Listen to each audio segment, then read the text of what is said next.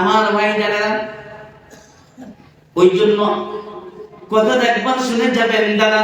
আপনাকে যদি আল্লাহ সন্তান দিয়েছে, সন্তান হওয়ার আগে বহুত মানুষ আছে আল্লাহর কাছে যায়, হুজুরের কাছে যায়, না বড় বড় মানুষ দেখলে তাদের কাছে যায়, বলে হুজুর গো আমার জন্য একটু দোয়া করবেন, আমার যেন আল্লাহ একটা সন্তান দেয়। বলে হুজুর গো আমার জন্য একটু দোয়া করবেন, বলে আমার যেন একটা মেয়ে সন্তান দেয়, বলে আমার যেন একটা ছেলে সন্তান দেয়। আপনাকে আল্লাহ ছেলে সন্তান দিল বা মেয়ে সন্তান দিল, আপনি পাওয়ার পরে সব কিছু ভুলে যাচ্ছেন, আপনি একবারও চিন্তা করলেন না, বলে সন্তান হলেই হবে না, সন্তানটা সন্তানের মতো হতে হবে। আমার দাদারা কথা একবার শুনে যাবেন গো। এখন জামানাটা বর্তমান মিথ্যা কথার মধ্যে ভরে গেছে, বর্তমান জামানা মিথ্যা কথাই ভরে গেছে। দেখবেন মানুষ যদি আছে বলে বাড়িতে হয়তো জুতা পরতেছে, প্যান্ট পরতেছে, কেউ যদি ফোন করে ভাই তুমি কোথায় আসো, কেউ যদি ফোন করে ভাই তুমি কোথায় আসো, অমনি কব আমি মানকাস সালাত, ঠিক না বাজে, ঠিক না বাজে, অমনি ফোন করে কব আমি মানকাস সালাত। দেখবেন বাবা যদি মানকাসের বাজারের মধ্যে ঘুরতেছে, আরেকটা বন্ধুর সাথে দেখা করবে কারণে ওই ফোন করার পরে কয় আমি তো বাড়ি যাচ্ছি। কোন কথা ঠিক না বাজে, বলে আমি তো বাড়ি যাচ্ছি। আমার আল্লাহ কুরআনুল কারীমের মধ্যে বলে দিয়েছে, আওয়া আইতাল্লাযী ইউকাজ্জিবু বিদ্দীন ফাযালিকাল্লাযী ইয়াদউল ইয়াতীম। আমার আল্লাহ বলেছে ও নবী মুহাম্মদ, তুমি শুনে না করে তোমার আখিরি জামানার নবী, তোমার আখিরি জামানার উম্মত গুলো এমন হবে, তোমার আখিরি জামানার উম্মত গুলো এমন হবে, তারা কথায় তারা মিথ্যা কথা বলবে, তারা কথায় মিথ্যা কথা বলবে। বলে মানুষ এমন হয়ে যাবে, তোমাকে যারা চুটলাবে বলে আমার দ্বীনকেও মিথ্যা বলবে, বলে তুমি নবীকেও মিথ্যা বলবে। শুধু তাই নয়, আখিরি জামানার মধ্যে এমন হবে মানুষগুলা সাচা কথা বলতে পারে, অমনি হঠাৎ করে মিথ্যা কথা বলে। জুড়ে বলেন ঠিক না বাজে। আজ থেকে 1450 বছর আগে আমার আল্লাহ কোরআনুল কারীমের মধ্যে বলে দিয়েছে, ও নবী তুমি শুনে রাখো, তুমি দেখবে তোমার বান্দারা, তোমার উম্মতেরা খালি মিথ্যা কথা বলবে, মিথ্যা কথা বলাটা এমনি নয়, এটাও হলো একটা কিয়ামতের আলামত। একবার জোরে বলেন না নাউজুবিল্লাহ। আমার ভাইজান কোথায় একবার মনে রেখে দিবেন দাদা, শুধু তাই নয়। আল্লাহ বললেন ফাযালিকাল্লাযী ইয়াদউল ইয়াতীম। একগুলা মানুষ এমন আসবে, দেখবে তারা ইতিমকে ঠকাবে, ইতিমকে ভালোবাসবে না, ইতিমকে ঠকায় খাবে, বলে ইতিমের মাল সাহায্য করবে। আমার ভাইজান মুফাসসিরুল কিরাম এই আয়াতটার তাফসীর করেছে, বলে শুধু ইতিমকে ঠকানো নয়, বলে আপনি অন্য একজনের মাল খাইতেছেন, পারলে কাউকে 10 টাকা কম দেওয়ার জন্য চেষ্টা করতেছেন, পারলে কাউকে 100 টাকা কম দেওয়ার জন্য চেষ্টা করতেছেন। এই যে মানুষের হকটা খাইলেন, আজ থেকে নিয়ে 1450 বছর আগে আমার আল্লাহ কোরআনুল কারীমের মধ্যে বলেছে, ফাযালিকাল্লাযী ইয়াদউল ইয়াতীম। আমার আল্লাহ বলছেন বান্দা ও নবী তোমার এমন উম্মতের মধ্যে এমন হয়ে যাবে, তোমার উম্মতের মানুষের এমন হবে, বলে তারা ইতিমকে দেখবে না, তারা ইতিম মানবে না, মিসকিন মানবে না, তারা তাদের মাল পাইলে তারাও ভক্ষণ করে ফেলবে। আমার রাসূল বলেছে ও আমার উম্মতেরা, শোনো না করে তোমার দ্বারা যদি ইতিমের ইতিমের মাল ক্ষতি হয়ে যায়, তোমার দ্বারা যদি ইতিমের মাল তোমার পেটের ভিতরে চলে যায়, তুমি মালটা খাইলা না, তুমি ইতিমের সম্পদ খাইলা না, সম্পদ খাইলা না, তুমি নিজে তোমার নিজের পেটের মধ্যে তুমি আগুন ঢুকাইয়া নিলা। একবার জোরে বলেন না সুবহানাল্লাহ। আমার ভাইজান, বাস্তবের মধ্যে এসে দেখেন, এটা তো বলে ইতিমের কথাটা বাদ দেন, বলে ইতিম তো একটা মানুষ। ইতিম সন্তান তো মানুষের কাছে থেকে হয়। আমাদের মতো মুসলমান এমন আছে দেখবেন, মসজিদ ঘরের মধ্যে দান বাক্স থাকে না নাই? মসজিদ ঘরে দান বাক্স থাকে না নাই? মসজিদ ঘরের দান বাক্স দাও মাঝে চুরি করে নিয়ে যায়। কোন কথা ঠিক না ঠিক? এই যে মুসলমানের ইমান বাবা, আমার আল্লাহর কাছে একদিন আপনার ধরা পড়তে হবে। ওই জন্য আমি সর্বপ্রথম বলেছি, আমার আল্লাহ কোরআনুল কারীমের মধ্যে বলেছে, আলাম ইয়ালাম বিআন্নাল্লাহা ইয়ারা। আমার আল্লাহ বলেছেন, বান্দারে তুমি যদি মসজিদের মধ্যে যা চুরি করো, তুমি মসজিদের মধ্যে চুরি করো রে বান্দা, আমি তোমার মসজিদের মধ্যে চুরি করলেও সেটা দেখি। আমার আল্লাহর চোখের সামনে পড়তে হবে, আমার আল্লাহর কাছে ধরা খাইতে হবে বাবা। ওই জন্য মুসলমানের একটু ভয় করো রে ভয় করো, মুসলমান সন্তানের একটু ভয় করো ভয় করো, মুসলমান সন্তানের একটু ভয় করো ভয় করো। কিন্তু বাবা আমাদের কাছ থেকে ভয় বস্তুটা চলে চলে বিদায় হয়ে যাইতেছে। আমরা মুসলমানরা মনে করি মরলে কি হয় হবে, বলে আগে তো খায়া বাসি। আমার ভাষা বুঝেননি? বলে মুসলমানেরা বলে আগে কি হয় পরে কি হয় হবে, কবরে কি হয় হবে, আগে তো খায়, আগে দেখা যাক কি হবে। আমার ভাইজান একবার চিন্তা করলে না রে, একবার মনে করলে না, তুমি যেই বস্তুটা নিয়ে খাইলা এটা আল্লাহর ঘরের বস্তু, তুমি খাইলা তোমার ভয় লাগলো না যে আল্লাহর ঘরের বস্তু আমি খাইতেছি, একদিন ওই আল্লাহর কাছে আমার ধরা পড়তে হবে, ওই আল্লাহর কাছে একদিন আমার জবাবদিহি করতে হবে। আমার ভাইজান একটা বার শুনে যাবেন রে যারা, একটা বার মনে রেখে দিবেন, ইতিমের সম্পদ আপনার হরণ করা যাবে না, ইতিমের সম্পদ আপনার লুটানো যাবে না, খালি ইতিম নয় পরের কোন সম্পদ আপনার লোভ করা যাবে না। আমাদের মধ্যে দেখবেন একটা পন্থা আছে, দেখবেন আমরা যারা ক্ষেত খামারে কাজ করি, করি না নাই বাবা?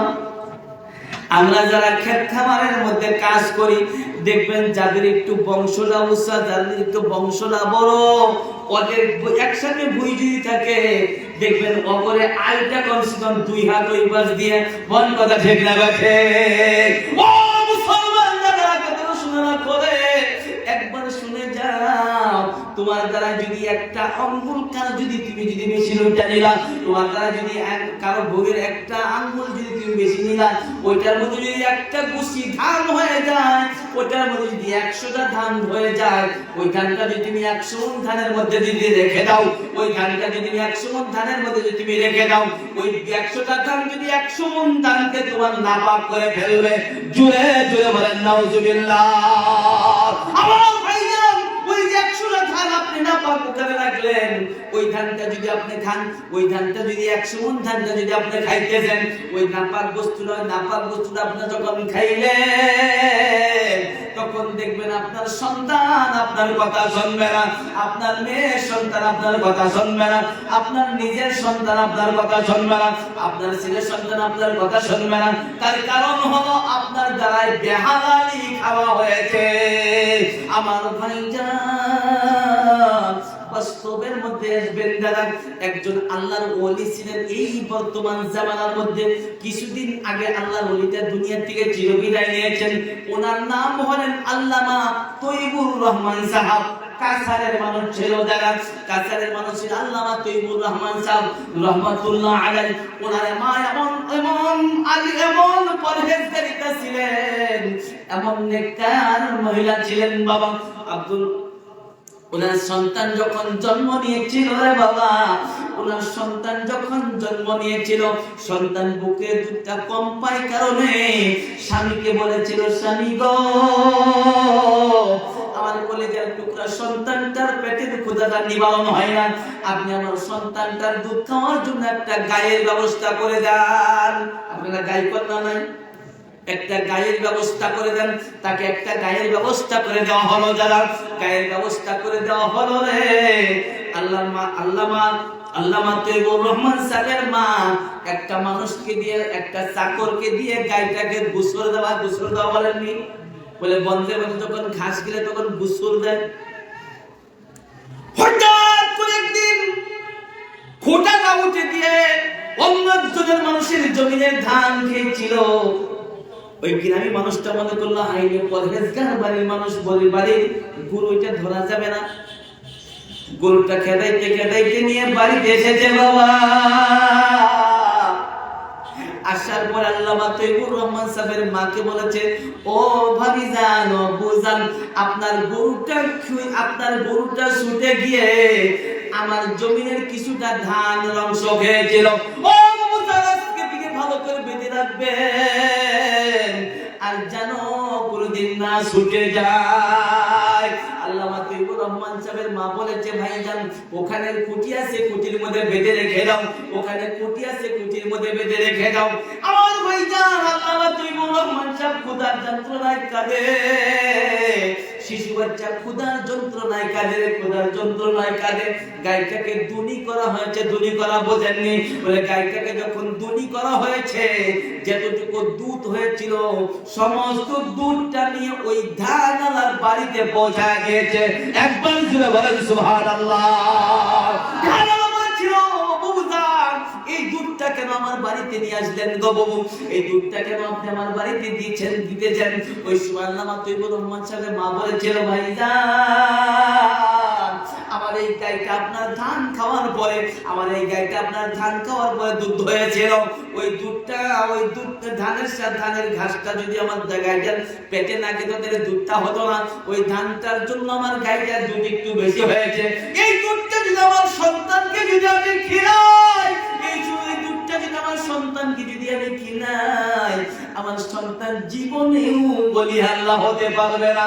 একবার চিল্লিয়া বলুন না সুবহানাল্লাহ। আমার ভাইজান, আমরা একবার চিন্তা চর্চা করলাম না, বলে ওনার কেমন পরহেজগারিতা ছিলেন, ওনার কেমন তাকওয়া ছিলেন যে সন্তানকে ওলি আল্লাহ বানাবে, ও সন্তানকে ওলি আল্লাহ বানাবে। মানুষের বাড়ির ঘাস খেয়েছে, অথচ মানুষের বাড়ির ধান খেয়েছে। ওই গাইটার দুধটাও সন্তানকে পার করতে দেয় নাই। আমাদের মধ্যে বাস্তবে কিছু সন্তান আছে, দেখবেন এই যে ফল ফ্রুটের দিন যখন আসে বাবা, ফল ফ্রুটের দিন আসে না নাই? আমের দিন আসে না নাই? আমের দিন আসে, দেখবেন কিছুগুলা মানুষ যখন আমের গাছ, কারো বাড়িতে আমের গাছ আছে, দেখবেন পাশে রাখতে ছোট বাচ্চা তুলি দেন। আপনাদের এলাকায় আছে না নাই জানি না, পাশে রাখতে তুলি দেয়, বলে যা তাড়াতাড়ি গাছের তলা মানে আম পড়ি আছে, কাইবার ফুড়ি নিয়ে গেল। ভালো কথা ঢেকা রাখে। এই যে বাবা, ওই ছোট সময় থেকে আপনার সন্তানটাকে অসৎ কর্ম করা শিক্ষা দিচ্ছেন। আপনি বাবা, আপনি মা, আপনার সন্তানকে ছোট সময় থেকে অসৎ বস্তু শিক্ষা দিচ্ছেন। ওই সন্তানটা বড় হলে আজকে অমুকের বাড়ির গাছের আম কুড়িয়া খাইলো, কালকে অমুকের বাড়ির গাছের বড়াই কুড়িয়া খাইলো। ওদিনকে একটু বড় হওয়ার পরে মানুষের বড়াই গাছে বোধ ঢাল বাড়িয়া কয়টা কুড়ি নিয়ে যায় খাইলো। কিন্তু বড় হওয়ার পরে দেখবেন বাবা, ওই সন্তানটা কারো বাড়ি মুরগি পাইলে নিয়ে বেঁচে খাবো। জুড়ে বলেন কথা ঠিক না বাঠে? এই যে আপনি ছোট বাচ্চাকে আপনি একটা খিলাফত দিচ্ছেন, একটা ছোট বাচ্চাকে আপনি যে একটা কথা শিখাচ্ছেন, একবার আপনার চিন্তা করা দরকার ছিল, বলে আমাকে যদি আল্লাহ সম্পদ দিয়েছে, যদি দুইটা আমের গাছ নাই কি হবে? প্রত্যেকদিন সন্তানকে আম খিলানো লাগবে না, বলে প্রত্যেকদিন সন্তান যদি আমার আম না খায় সন্তান মারা যাবে না, সন্তান মারা যাবে নি, বলে সন্তান মারা যাবে না। আপনার যদি মনে ধারণা থাকতো, বলে আমি 1 কেজি আম কিনে আনবো, তারপরে তোমাদেরকে তুমি খেলাইয়া দেব, কিন্তু মানুষের গাছের তলে যাইও না, মানুষের গাছের পড়া আমটা পর্যন্ত তুমি খাইও না। যদি এটা তোমার দ্বারা, যদি আমার দ্বারা, আপনার দ্বারা যদি সন্তানকে যদি উপদেশটা দেওয়া হতো বাবা, সন্তানকে যদি আজকে এই উপদেশটা দেওয়া হতো, ওই সন্তানটা বড় হওয়ার পরেও ওই সন্তানটা অন্য কোনো মানুষের ধন দিকে চায় থাকতো না। জুড়ে বলেন কথা ঠিক না বাঠে? কিন্তু বাবা একটা কথা চিন্তা করে যাবেন যে দাদা আমাদের সন্তানগুলো আমাদেরই দ্বারা নষ্ট হয়ে যাইতেছে। আপনি বাবা কোন সময় চিন্তা করুন না, সন্তান যদি বড় হয়েছে, সন্তানের দ্বারা আপনি কর্ম খাচ্ছেন, সন্তান আপনার কোন রাস্তা দিয়ে কর্ম করে দিচ্ছে, সন্তান আপনাকে কোন দিক দিয়ে কর্ম করে আনিয়ে দিচ্ছে, এটা আপনি একবারও যাচাই করলেন না। আপনি বাবা হওয়ার পরে যদি একবার চিন্তা চর্চা করতেন, বলে আমার সন্তান আমার বেহালাল পথে কামাই করছে, এমন সন্তানের ভাত আমার লাগবে না, না খেয়ে খেয়ে মরে যাব, আল্লাহ আল্লাহ করতে করতে মরে যাব, সন্তানের নাহাক বস্তু খাবো না। আমার ভাইজান, আমার আল্লাহ কোরআনুল কারীমের মধ্যে বলে দিয়েছেন, ইয়া আইয়ুহাল্লাযীনা আমানু লা তাকুলুর রিবা আযআফাম মুযাআফা। আমার আল্লাহ বলে দিলেন, বান্দা রে, ও বান্দা তোমরা শুনে রাখো, জেনে রাখো রে বান্দা, তোমরা যারা সুদ খাইতেছো, যারা সুদ নিতেছো, দুজনই বরাবর মুজরিম, দুজনই বরাবর গুনাহওয়ালা। জোরে জোরে বলেন নাউজুবিল্লাহ। আমার ভাইজান একটাবার কথা শুনে যাবে, বলে আমরা মানুষেরা মন্দ বলতে পারেন, হুজুর গো আমরা তো সুদ লাগাই না, বলে আমরা তো সুদ নিয়ে খাই না, কিন্তু আমরা তো সুদ নিয়ে খাই না। বলে আমি প্রমাণ দিয়ে যাব, আমাদের আসামের মধ্যে আকসার ঘর আছে, শতকরা 95টা ঘর আছে, আমরা সবাই সুদ খাই। বলে কেমন করে একটা প্রমাণ দেন? আমি প্রমাণ দিয়ে যাব দাদা। প্রমাণ হলো আমরা মানুষেরা এই জামানায় মুসলমানের সন্তানেরাই বেশি সেলফ হেল্প গ্রুপ করছি না নাই? সেলফ হেল্প গ্রুপ করছি না নাই? কথা কম না কেন? এই যে সেলফ হেল্প গ্রুপ আপনি করলেন, 10 জন 15 জন করে মানুষ একটা গ্রুপ বানাইলেন, ওই গ্রুপটা বানানোর পরে দেখবেন 3 লাখ 4 লাখ টাকা যেটা আপনাকে দেওয়া হলো, বলে 1 বছর 2 বছর পরে এটার জন্য 3 লাখ টাকা নিয়ে 50,000 টাকা বেশি দিতে হবে। এবং করে বহুত মানুষ আছে, নিছে না নাই? নিছে না নাই? আমার বাবা একটা কথা ইব্রত হাসিল হয়েছিল বাবা, 2005 সালে যে বছর ইউডিএফ পার্টি গঠন করেছিল, বলছিল না নাই? ওই সময় আমি তখন হোসাইন মধ্যে পড়ি বাবা, যখন